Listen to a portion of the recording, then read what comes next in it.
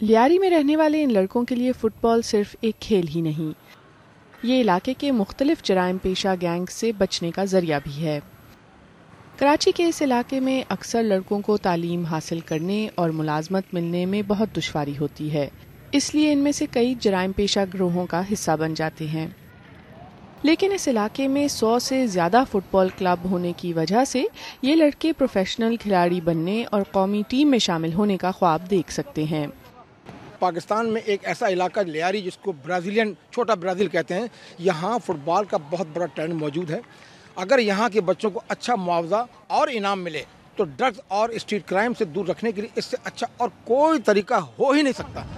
منیر آفتاب نے 16 سے کم عمر لڑکوں کے ایشین چیمپئن شپ میں پاکستان کو جتانے میں کلیدی کردار ادا کیا تھا۔ انہیں فٹ بال کا جنون ہے۔ میرے فٹ بال پر فوکس کی وجہ سے میرا ذہن کبھی دوسری چیزوں پر نہیں گیا، جیسے کہ ڈرگس یا ماردہ۔ فٹ بال میرے خون میں شامل ہے اور میں ہمیشہ فٹ بال کھیلتے رہنا چاہتا ہوں۔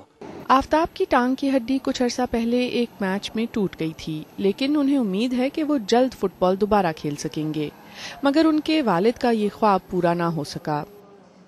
فٹ بال کھیلنے کا چھوڑنے کا سب سے بڑا وجہ میرے گھر کے حالات صحیح نہیں تھے۔ میں 7 بہنوں کا ایک ہی بھائی ہوں اور ماشاءاللہ میرے 2 بیٹے تھے۔ اس کے علاوہ میرا وائف جس کے گردے جو ہے کڈنی فیل ہو گئے تھے، مجبوراً میرا اس کو ہر دوسرے دن تیسرا دن واش کے لیے لے جانا پڑا۔ 2010 میں فٹ بال ورلڈ کپ کے دوران لیاری میں تشدد اور جرائم کے واقعات میں واضح کمی دیکھی گئی، کیونکہ سب لوگ فٹ بال دیکھنے میں مصروف رہے۔ یہاں پہلے ہی کئی باکسنگ چیمپئن پیدا ہو چکے ہیں۔ اب ان لڑکوں کو امید ہے کہ وہ فٹ بال میں بھی لیاری کا نام روشن کر سکیں گے۔